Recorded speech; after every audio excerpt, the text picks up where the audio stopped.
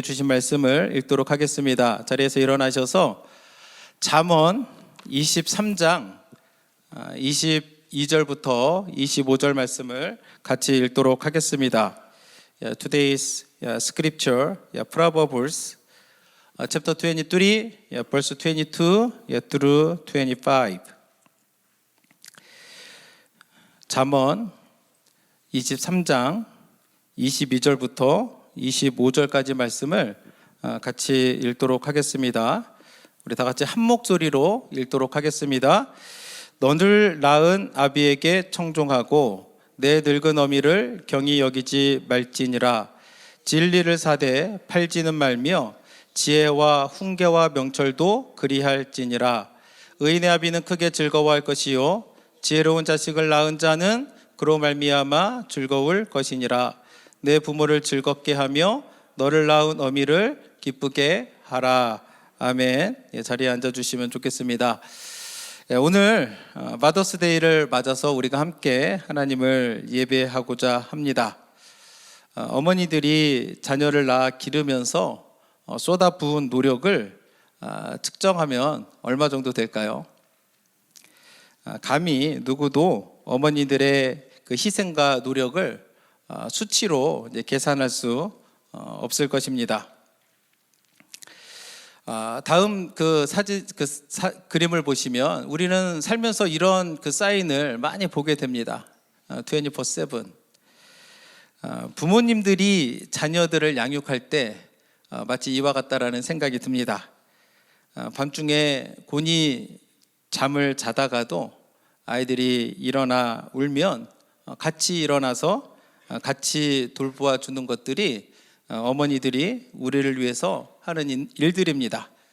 정말로 어머니의 수고와 노력 없이는 그 누구도 지금 이 자리에 있지 못할 것이라고 생각을 합니다.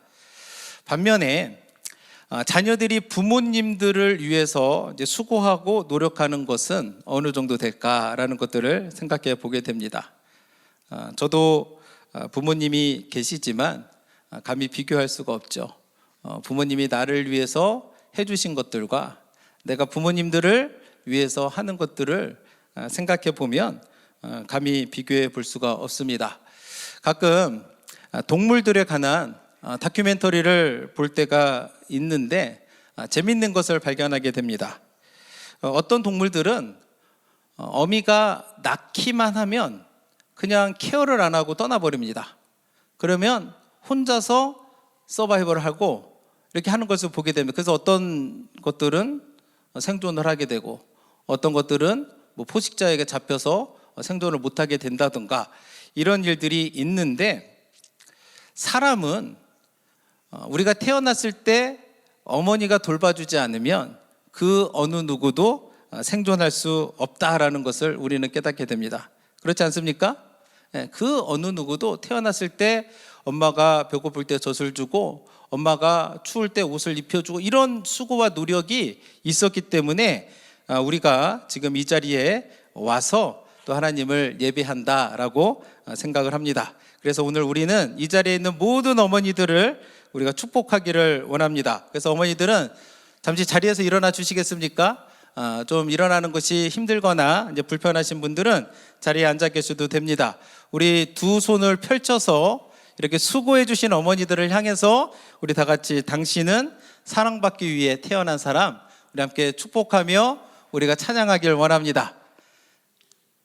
우리 같이 당신은 사랑받기 위해 태어난 사람, 우리 가사를 생각하시면서 우리 어머니들을 팔을 펼쳐서 같이 축복하겠습니다. 당신은 사랑받기 위해, 당신은 사랑받기 위해 태어난 사람, 당신의 삶 속에서 그 사랑받고 있지요. 당신은 사랑받기 위해 태어난 사람, 당신의 삶 속에서 그 사랑받고 있지요. 태초부터 시작된 하나님의 사랑은 우리의 만남을 통해 열매를 맺고 당신이 이 세상에 존재함으로 인해 우리에게 얼마나 큰 기쁨이 되는지. 당신은 사랑받기 위해 태어났습니다. 당신은 사랑받기 위해 태어난 사람. 지금도 그 사랑 받고 있지요. 당신은 사랑받기 위해 태어난 사람. 지금도 그 사랑 받고 있지요. 아멘. 우리 박수로 환영해 주시길 원합니다. 자리에 앉아 주시면 좋겠습니다. 성경은 일관되게 자녀들을 향해서 부모님을 공경하고 순종하라고 가르칩니다. 그렇죠? 우리가 읽은 오늘의 본문뿐만 아니라 에베소서 6장 1절부터 3절을 보시면 그곳에서도 이렇게 말씀합니다. 자녀들아, 주 안에서 너희 부모에게 순종하라. 이것이 옳으니라. 내 아버지와 어머니를 공경하라. 이것은 약속이 있는 첫 계명이니 이로써 내가 잘되고 땅에서 장수하리라 라고 성경은 우리에게 가르쳐주고 있습니다. 우리에게 뭐라고 가르쳐요? 부모에게 어떻게 하라고요? 순종하라 라고 그렇게 말씀합니다. 왜요? 왜냐하면 그게 옳은 일이라고 그렇게 말씀합니다. 이 말씀을 드리면 꼭 이렇게 묻는 분들이 계세요. 목사님, 만약에 부모님이 교회 못 가게 하면 우리 어떻게 해야 됩니까? 순종해야 됩니까? 이렇게 묻는 분들이 꼭 있어요. 그래가지고 성경은 우리에게 뭐라고 말씀하시냐면 주 안에서 순종하라 라고 그렇게 가르쳐 주고 있습니다. 부모에게 순종하는 것이 옳은 일이라고 말씀합니다. 이것은 다시 말하면 하나님께서 그것을 기뻐하신다는 말씀입니다. 부모에게 순종하는 것, 그것이 하나님을 기쁘게 하시는 방법이라는 것을 여러분들이 믿으시길 원합니다. 그리고 나서 에베소 6장 2절에서는 내 부모를 공경하라 라고 한 번 더 강조합니다. 그러면서 뭐라고 하냐면 부모님께 순종하고 부모를 공경하는 것이 하나님이 기뻐하시는 일이기 때문에 하나님께서 축복하실 것이라고 그렇게 약속을 합니다. 그래서 이 자리에 있는 우리 모두는 주님 말씀에 순종함으로 하나님께 축복받는 인생 되길 원합니다. 그런데 오늘날 그 부모님의 은혜를 잊어버리고 부모님을 함부로 대하면서 불순종하는 사람들이 많이 있음을 우리가 알게 됩니다. 성경은 이렇게 부모님을 함부로 대하는 것에 대해서 뭐라고 말씀하시는지 아시나요? 부모님을 거역하는 것, 이것을 성경은 뭐라고 말씀하시냐면 하나님을 그 마음에 두기를 싫어하는 그런 악한 세대의 특징이라고 그렇게 이야기를 합니다. 그래서 로마서 1장 28절과 30절 말씀을 보시면 또한 그들이 마음에 하나님 두기를 싫어하매, 하나님이 말씀하세요. 항상 하나님은 우리에게 말씀을 주셨습니다. 그런데 그 말씀을 듣는데 어떻게 반응하냐면 듣기 싫은 거예요. 그러다 보니까 어떻게 됩니까? 모든 불의, 추악, 탐욕, 악의가 가득하게 되고 시기, 살인, 분쟁, 사기, 악독이 가득하게 사람들이 됐다고 합니다. 왜요? 우리 마음속에 하나님 두기를 싫어하다 보니까 자기 소견에 오른 대로 막 사는 거예요. 내 맘대로, 내가 좋아하는 대로 살다 보니까 나타나는 열매가 뭐냐? 불의, 추악, 탐욕, 때로는 살인, 분쟁을 일삼는다고 성경은 가르쳐주고 있습니다. 또한 악독이 가득해가지고 어떻게 합니까? 남을 막 비방합니다. 남을 막 능욕하고 또 교만해서 자기를 자꾸 높이려고 하고 자기 자랑을 일삼는 그 일을 하게 되는데 30절 말씀에 보시면 어떻게 또 말씀하고 계시냐면 비방하는 자요, 하나님께서 미워하시는 자요, 능욕하는 자요, 교만한 자요, 자랑하는 자요, 악을 도모하는 자요, 부모를 거역하는 자요라고 분명하게 말씀하고 있습니다. 그러니까 우리가 부모님을 함부로 대하는 것, 그것이 하나님의 말씀을 마음에 두기 싫어하는 사람들의 특징이라는 거예요. 우리는 부모님을 공경하고 순종하는 믿음의 자녀 되기를 원합니다. 그래서 오늘 본문 말씀은 25절에 보니까 내 부모를 즐겁게 하며 너를 낳은 어미를 기쁘게 하라라고 그렇게 말씀하고 있습니다. 내 부모님을 즐겁게 하라는 거예요. 그리고 특히 어머니를 기쁘게 하라라고 성경은 말씀하고 있습니다. 왜 성경은 우리로 하여금 부모님을 즐겁게 하고 특히 어머니를 기쁘게 하라고 말씀하실까요? 그 이유는 우리 부모님이 우리를 낳았기 때문입니다. 그래서 그러잖아요. 내 낳은 어미를 기쁘게 하라라고 그렇게 이야기합니다. 잠언 23과 22절에서도 뭐라고 얘기하냐면 너를 낳은 아비에게 청종하고 내 늙은 어미를 경히 여기지 말라라고 그렇게 말씀합니다. 아버지를 향해서 뭐라고 합니까? 너를 낳은 아비라고 그렇게 이야기를 합니다. 왜 우리가 부모님을 공경해야 되는가? 왜 우리가 부모님을 즐겁게 해드려야 되는가? 우리 부모님이 나를 낳아주셨기 때문이라는 거예요. 믿으십니까? 이 자리에 있는 우리 모두는 우리 부모님이 나를 낳아주셨기 때문에 이 자리에 있는 줄로 믿습니다. 그렇기 때문에 우리를 낳아주셨기 때문에 어떻게 하라고요? 청종하라는 거예요. 청종하라는 말은 부모님께 순종하라는 의미입니다. 특히 어떤 말씀에 순종해야 되느냐? 부모님이 하나님의 말씀을 우리에게 가르쳐 주실 때 그 말씀과 훈계와 교훈을 잘 듣고 순종하라라고 그렇게 말씀합니다. 악한 일에 대해서 막 순종하라는 게 아니에요. 하나님의 지혜의 말씀을 가르쳐 줄 때 그 말씀을 잘 듣고 순종하는 것이 우리 자녀된 우리들이 해야 될 일이다라고 말씀하고 있습니다. 또한 뭐라고 하냐면 내 늙은 어미를 경히 여기지 말라라고 그렇게 이야기합니다. 경히 여기지 말라는 것은 부모님을 좀 부끄럽게 여기거나 무시하거나 그러지 말라는 거예요. 부모님을 소중하게 여기고 부모님을 자랑스럽게 여기라라고 하는 의미를 가지고 있습니다. 우리가 자녀들을 키울 때 보면은 어릴 때는 말을 잘 들어요. 그렇지 않습니까? 그러다가 조금씩 커가면 자기 생각이 이제 자라나기 시작을 하면서 부모를 무시하고 때로는 말을 잘 듣지 않는 자녀들이 많이 있습니다. 뭐라고 말하냐면 엄마는 너무 구식이야. You are old fashion. 지금 시대가 어떤 시대인데 라고 하면서 어머니를 대하는 사람들이 많아요. 심지어 막 가르치려고 합니다. 그런데 성경은 부모님을 소중히 여기라고 가르쳐주고 있습니다. 그래서 우리가 부모님을 우리 기준으로 판단하면 안 돼요.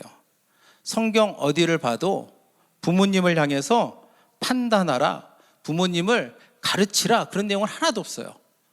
성경이 우리에게 주시는 메시지는 일관되게 뭐라고 하냐면 공경하고 순종하라라고 가르쳐주고 있습니다.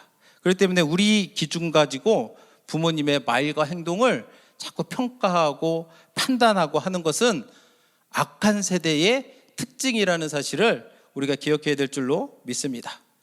그런데 안타깝게도 너무나도 많은 사람들이 이것을 잘 몰라요. 그래서 내 생각과 다르면 어떻게 합니까? 자꾸 뭐라고 하는 거예요. 심하면 어떻게 하냐면 부모와의 관계를 끊어버리는 그런 사람들도 있는 것이 오늘날의 현실입니다.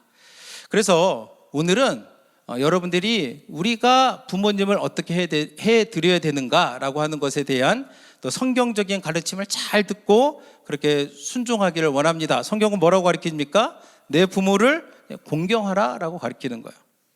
부모의 인격이나 능력 때문에 공경하라는 게 아니에요. 우리를 낳은 분이기 때문에 공경하라고 성경은 가르쳐 줍니다. 자라면서 부모님과 어떤 일들이 있었을지 모릅니다. 어떤 분들은 막 상처가 너무 많대요. 내가 미스추릿을 당했다라고 말하는 사람도 있어요. 그러나 아무리 그런 일이 있었을지라도 내 부모님이 나를 낳아주신 그 사실은 변함이 없는 거예요. 그렇지 않습니까? 성경이 부모를 공경하라고 할 때에 너를 잘해줬으니까 공경하라고 안 해요. 너를 낳아주셨기 때문에 공경하라라고 성경은 그렇게 우리들에게 가르쳐주고 있는 것입니다. 그렇기 때문에 이 자리에 있는 우리 모두는 부모님을 판단하고 그렇게 하지 마시고 주님의 마음을 우리 마음에 품고 공경하기를 주님의 이름으로 축복합니다. 그러면 우리는 어떻게 부모님을 즐겁게 해드릴 수 있을까?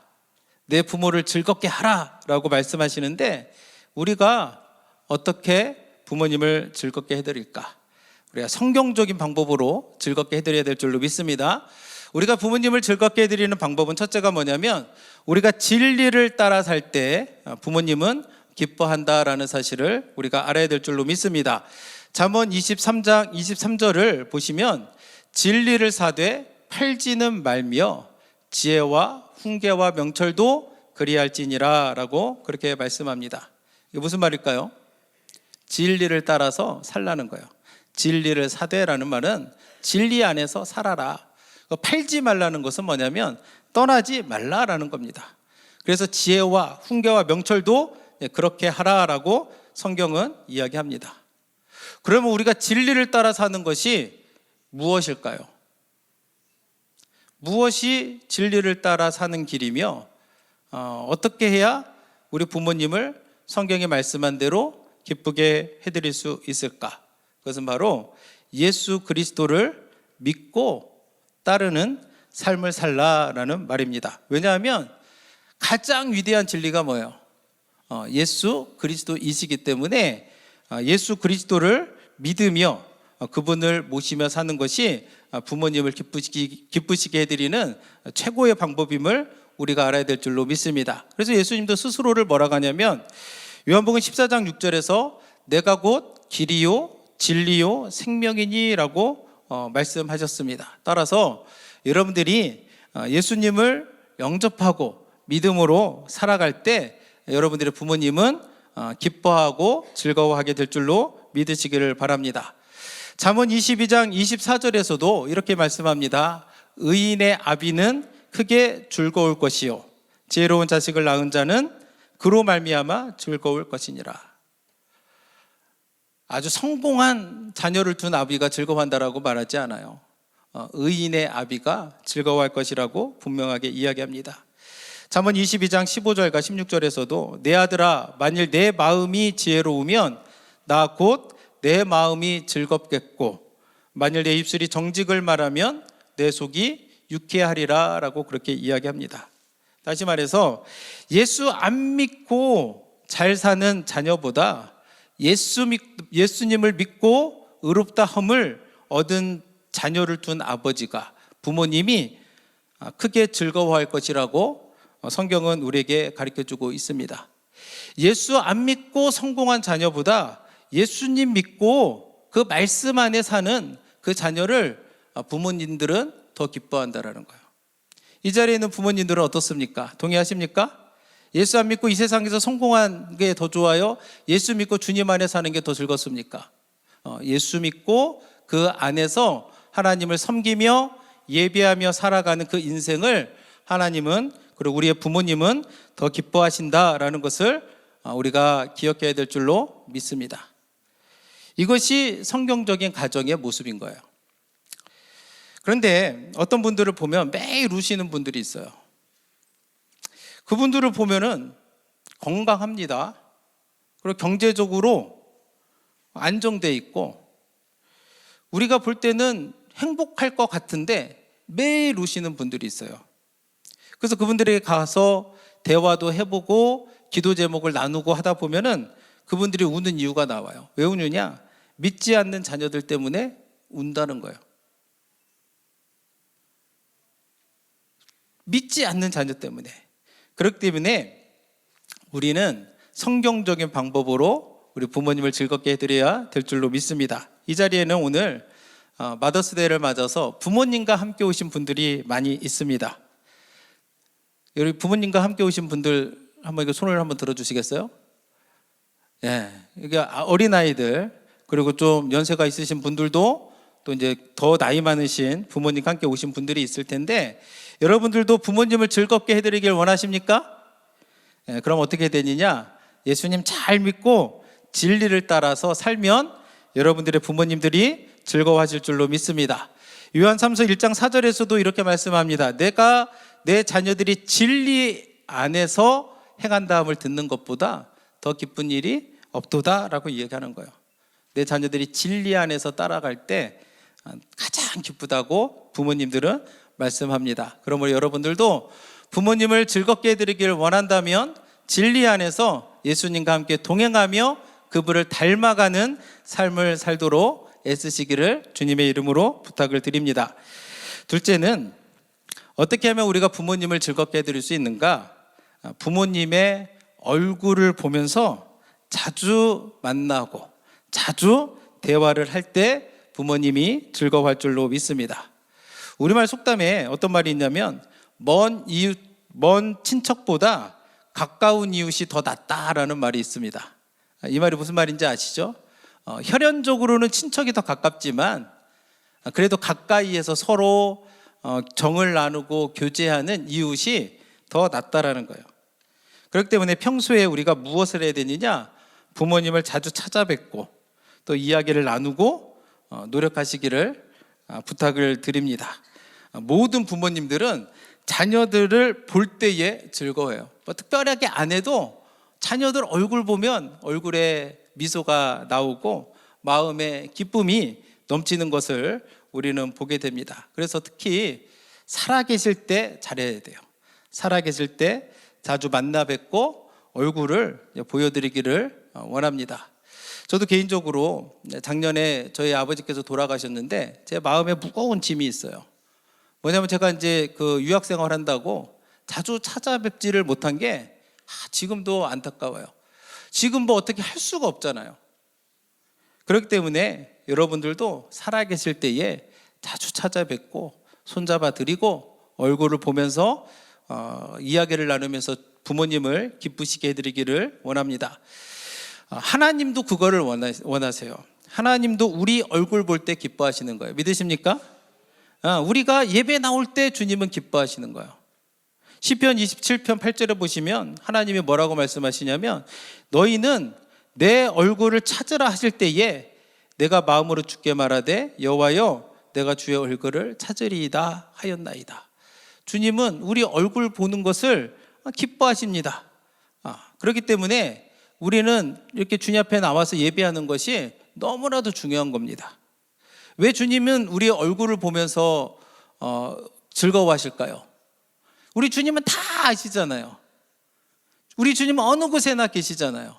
그런데 왜 우리의 얼굴 보기를 원하실까? 왜냐하면 하나님이 우리를 지으신 분이기 때문에 그런 거예요. 믿으십니까?